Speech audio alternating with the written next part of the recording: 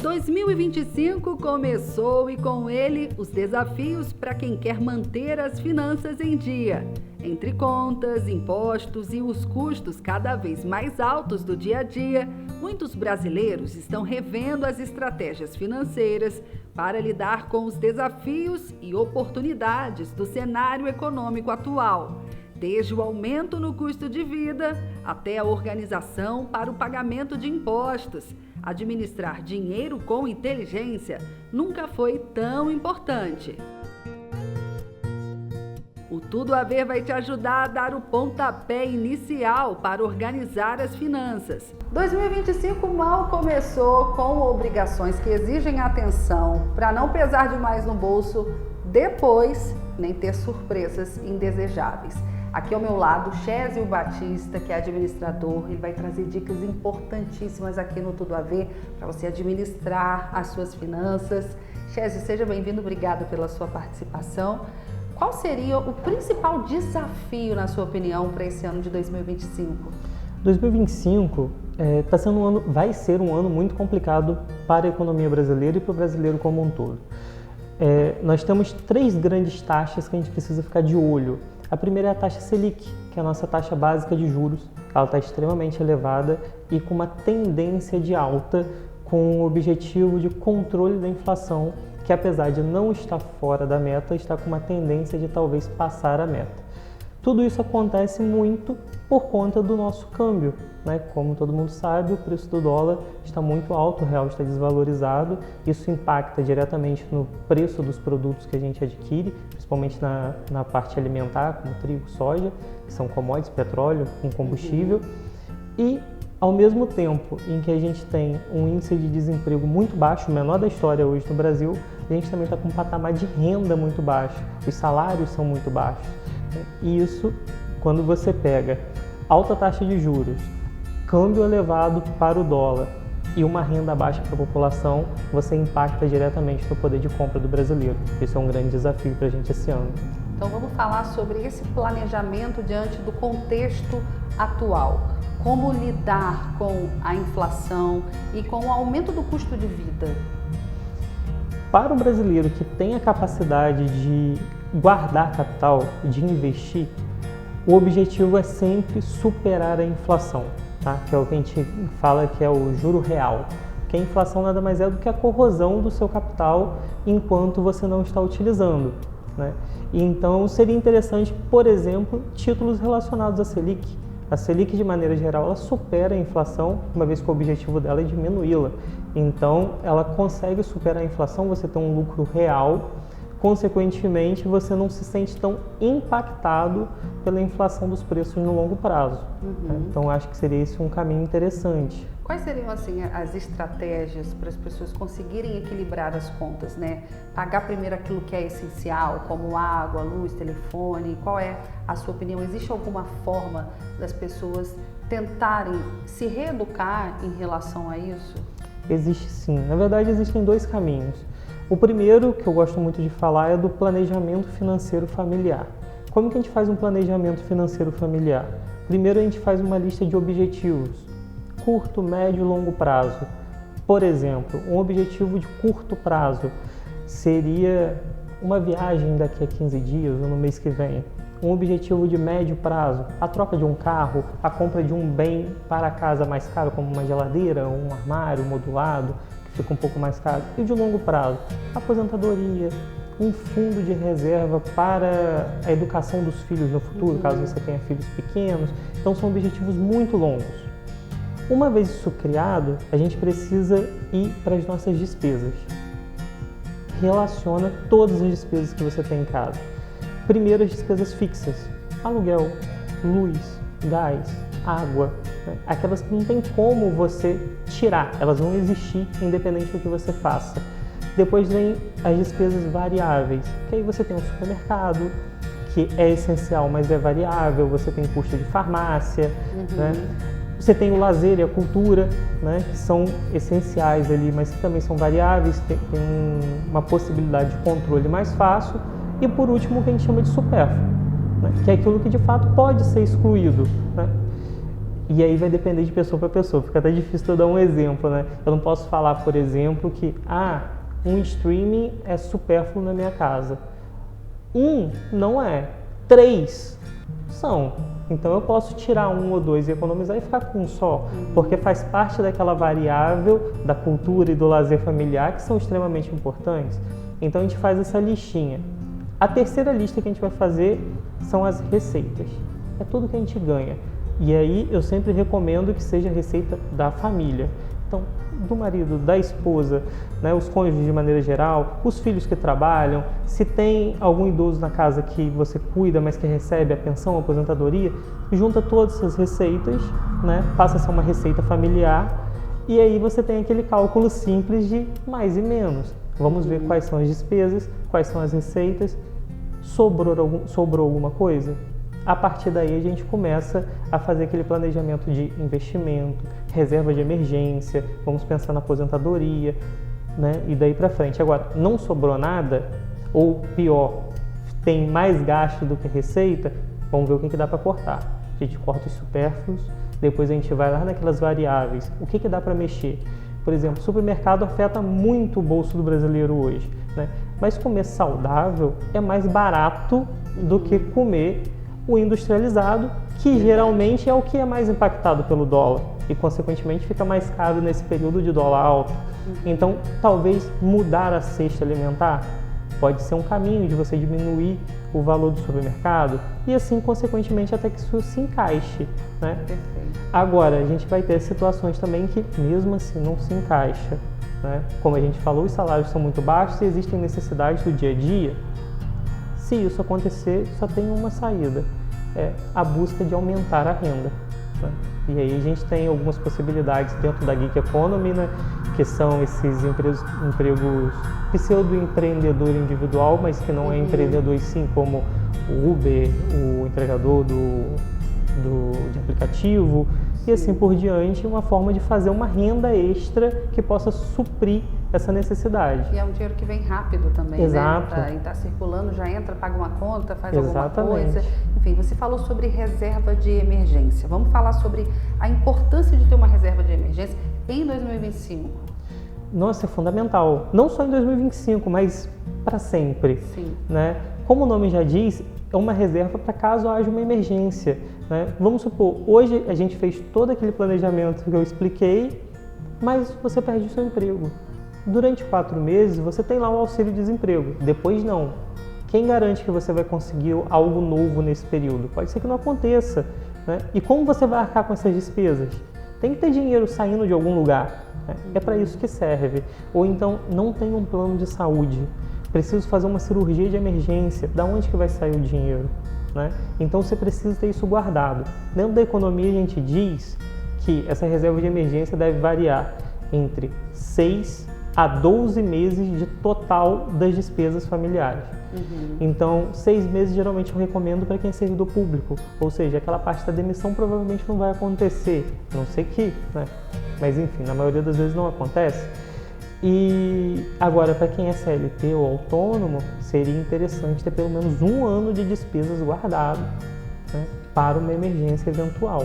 Perfeito. Vamos falar agora sobre o pagamento de contas. Quais são as vantagens e desvantagens de você pagar à vista, ou no cartão de crédito, ou parcelado? Você pode explicar para a gente? Claro. Na verdade, todos esses geram benefício. O cartão de crédito, por sinal, pode ser um grande aliado na sua vida se você souber como usá-lo, né? Querendo ou não, ele posterga uma dívida sua para 30 dias. É um tempo que seu dinheiro poderia estar guardado, rendendo, por menor que fosse o capital que fosse render, um dinheiro extra que entra. Então, você tem a possibilidade de parcelar e adquirir novos bens, principalmente bens de valores mais elevados. Então, é uma ferramenta muito boa. Mas quando usá-lo, né? Vamos lá. Se você usar o crédito à vista, seria a mesma coisa de estar usando o Pix ou débito. Então, eu vou sempre dividir entre débito e o crédito parcelado. Quando eu falar crédito, eu vou estar falando no parcelado, né? No débito ou no à vista, são aquelas compras obrigatórias do mês. Exemplo, supermercado. Não divida seu supermercado. No mês que vem você vai ter que comprar de novo. E no outro também. Então, uma compra vai sobrepor a outra, o que vai fazer com que no longo prazo o seu cartão fica extremamente lotado e você se endivide. Então, farmácia, supermercado, são coisas que a gente deve pagar, na medida do possível, à vista, né? Seja no crédito à vista, ou no débito, ou no Pix, né? E de preferência solicitando um desconto da maquininha. Quando possível, dependendo, dá para a gente conseguir esse desconto aí nos pagamentos à vista. Agora, para compras pontuais, por exemplo, um presente para o cônjuge ou para o filho, uma viagem, né? Aquele móvel novo da sala que você precisa, esse pode ser parcelado, né? São bens que geralmente são um pouco maiores de valor, vão fugir um pouco do orçamento familiar daquele mês, então a gente parcela e divide, transformando isso num valor menor que se encaixe dentro do meu modelo que foi planejado desde o início. Eu sei que tem muita gente acompanhando Tudo a Ver que está com o nome sujo. Muita gente passa por esse problema, até se envergonha e quer sair dessa situação. É possível, e como trazer esse esclarecimento para as pessoas que às vezes acham que estão com dívidas acumuladas e que às vezes depois de um determinado tempo já nem constam mais, né? Seja no CPF da pessoa, enfim. Queria que você explicasse a respeito disso e traga orientações para as pessoas. Claro. Para começar, eu acho que não é motivo de vergonha, né? Eu acho que ninguém toma um crédito pensando em não pagar. Pelo menos eu acredito nessa questão positivista das pessoas. Todo mundo que pega tem a intenção de pagar, mas no meio do caminho pode acontecer alguma coisa, um imprevisto, e você não consegue.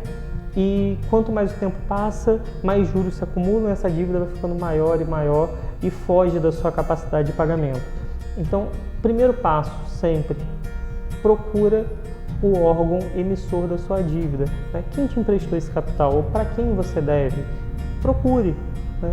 Existem várias possibilidades de renegociação da dívida. No momento que você renegocia e que você já paga a primeira parcela, seu nome já fica limpo. Já está renegociado, já vira um novo acordo, né? E quando você for buscar para fazer essa renegociação, é importante que o valor da renegociação, da parcela da renegociação, caiba no seu planejamento financeiro.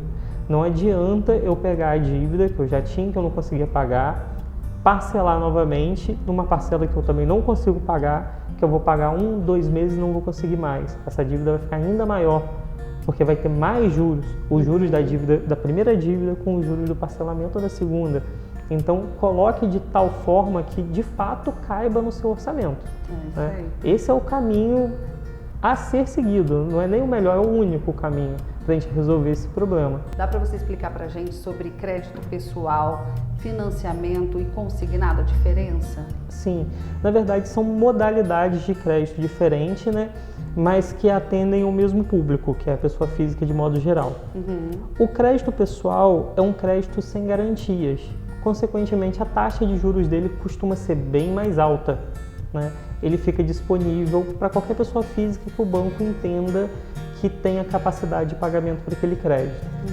Então, ele vai ser um crédito que normalmente ele não é dividido em muitas vezes, né? Os bancos costumam botar ele até 36 ou 48 parcelas e com uma taxa de juros mais elevada, porque como não existe uma garantia, o risco é maior, né? Agora, o consignado é um tipo de crédito pessoal, no entanto ele tem uma garantia, o desconto é feito na sua folha de pagamento.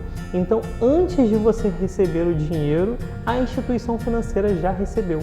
Então, o risco de inadimplência cai muito, consequentemente os juros também caem, né? Porque o juro nada mais é do que uma correlação com o risco da operação de crédito. Então, o consignado tem um risco menor, porque o desconto já é feito direto na folha. Todo mundo consegue fazer consignado? Não, geralmente não. Quem consegue consignado são servidores públicos e seletistas cuja empresa tenha convênio com aquela instituição financeira. Então, esses dois nichos têm a capacidade de pegar um consignado. O financiamento é um crédito que possui uma garantia real, física. Então, o financiamento de um carro tem o carro como garantia. O carro fica alienado à instituição financeira. Então, caso você não consiga pagar, a instituição vai tomar esse carro e vai leiloá-lo para quitar a sua dívida. Né? Então, basicamente essa é a diferença. O financiamento também tem uma taxa de juros um pouco mais baixa por conta da garantia. é uma taxa maior do que o consignado normalmente, porque tem a dificuldade de se achar o bem depois. Então o risco é um pouco maior. Mas, na verdade, o que muda é garantia e juros. Né? O imposto de renda é uma das obrigações mais importantes. É preciso organizar desde já os documentos necessários, como recibos e comprovantes, para evitar atrasos e, se possível, buscar formas legais de aproveitar deduções fiscais, como gastos com educação ou saúde. Evitar compras por impulso e preferir pagar à vista se houver desconto. Pequenas mudanças no hábito de consumo podem gerar grandes economias. A gente pensando em pessoa física, o imposto que a pessoa física deve se preocupar de fato em declarar é o imposto de renda, que é o único que ela tem a obrigação de fazer a declaração anualmente, e é super importante que quem esteja nos vendo de fato faça, né? É importante para o desenvolvimento do país, é importante para você enquanto pessoa, porque você não vai cair na malha fina, você não vai ter problemas com a justiça, né? Tem a questão ética individual também, de que você faz parte dessa sociedade, então você precisa colaborar com ela e etc. Né? Mas é um imposto que a gente precisa tomar cuidado, porque é um pouco chatinho de fazer, tem suas complicações ali na parte documental. Né? Caso você não consiga fazer sozinho, busca um contador que o faça para você, mas esse é importantíssimo. Agora, os demais impostos são os pontuais que a gente tem que pagar todo ano, como IPVA e IPTU. Né? E esses a gente tem a possibilidade de pagar à vista ou parcelado. Depende muito de onde está a sua residência, o seu veículo emplacado. No pagamento à vista costuma-se ter algum desconto, né? Que nem sempre é vantajoso o desconto. Vale a pena a gente calcular o valor do desconto com quanto o seu dinheiro renderia se ele ficasse parado numa aplicação financeira. Se a aplicação der uma rentabilidade maior do que o desconto que você ganha no pagamento à vista, pague parcelado. Agora, se o desconto for maior e esse pagamento à vista, como ele é mais alto, não for impactar na parte financeira familiar da sua casa naquele momento, pague à vista. Então esse é o cálculo que a gente tem que fazer toda vez que a gente vai pagar um valor mais alto de imposto. Eu não poderia deixar de encerrar essa entrevista sem falar sobre educação financeira. Então, qual a dica que você dá para quem está acompanhando a gente sobre a questão de novos hábitos também que as pessoas podem ter nesse 2025, fazer um ano diferente? Olha, o que eu gosto muito de falar com os meus alunos e com todo mundo que me pergunta sobre educação financeira é o seguinte: planilhem seus gastos. Né? Não precisa ser uma planilha elaborada de Excel, dá para fazer num caderno. Se você nunca fez isso, que eu recomendo, é um exercício muito interessante, pega um caderninho e anota tudo que você está gastando todo dia durante um mês. E é tudo mesmo. A barrinha de chocolate que você comprou, o bombonzinho, a bala, cada R$1 que você deu pro flanelinha na rua, anote. Tá? Faça isso durante 3 ou 4 meses, porque você vai entender de fato qual é o gargalo do seu dinheiro. Depois desse período, esses pormenores de despesa, você pode colocar em blocos maiores e aí vai facilitar um pouco sua vida na hora de planilhamento. Mas esses primeiros ajudam muito para a gente fazer contenção de gastos. E aí você vai conseguir se organizar. No futuro, desorganizou de novo? Faz a mesma coisa, vamos detalhando tudo de novo durante os meses e vamos ver onde está o gargalo. E assim a gente consegue se educando no longo prazo, né, e se organizando. E ter esse controle que é tão importante, né? Eu quero agradecer a sua participação aqui, volte mais vezes, tá? E eu tenho certeza que o público de casa curtiu bastante essa entrevista e tirou as suas dúvidas. Até a próxima. Até a próxima, obrigado pelo convite.